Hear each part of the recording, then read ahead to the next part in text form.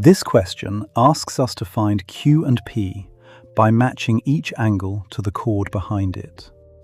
First, focus on chord AC, the tangent at C, and angle ABC. The 69-degree tangent chord angle and angle ABC both stand on chord AC. By the alternate segment theorem, they are equal, so angle ABC is 69 degrees. Keep the chord fixed while the whole configuration turns, and the circumference point changes position. The triangle changes shape, but the equal angle relationship remains, because the chord endpoints are unchanged. That is the pattern: same chord, opposite segment, equal angles. In triangle ABC, 55 degrees plus 69 degrees plus angle ACB equals 180 degrees. Rearranging gives angle ACB as 180 minus 55 minus 69, which is 56 degrees. Now Q lies between the tangent at B and chord AB. The 56-degree angle at C also stands on chord AB, so the alternate segment theorem gives Q as 56 degrees.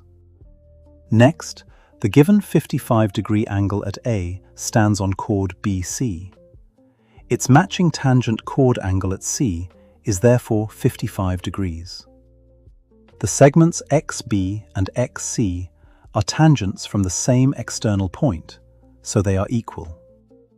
Triangle BCX is isosceles, making both base angles 55 degrees.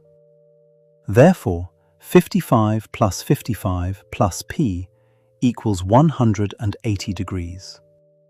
Rearranging gives P equals 70 degrees. Now check P from the center. Angles BAC and BOC subtend the same arc BC.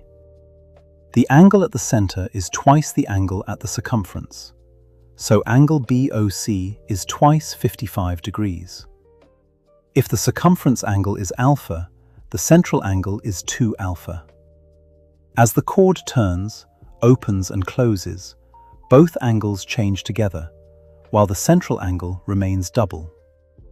So angle BOC is 110 degrees. Each radius is perpendicular to its tangent, giving 90 degrees at B and 90 degrees at C. Quadrilateral OBXC totals 360 degrees, so subtracting 110, 90 and 90 leaves 70 degrees. The final answers are Q equals 56 degrees and P equals 70 degrees. Identify the chord first, choose the matching theorem, and then calculate.